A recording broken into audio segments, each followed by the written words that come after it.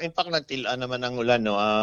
Kaina pa sang aga, wala naman sang pag-ulan pero daw medyo magalom-galom pa. Hindi lagi kita makakumpiyansa kay base magmunog naman kag magkusog ang ulan.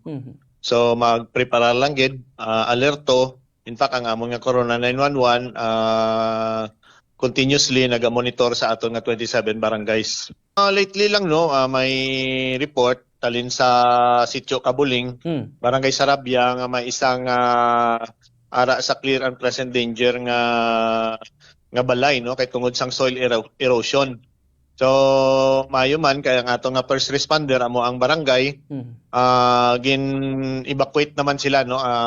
Isa sila ka pamilya, 7 ka individuals ang membro sang household. Dito anay sila gibutang sa ilang nga mga katapad nga mga ano man no, sa katapad sa community.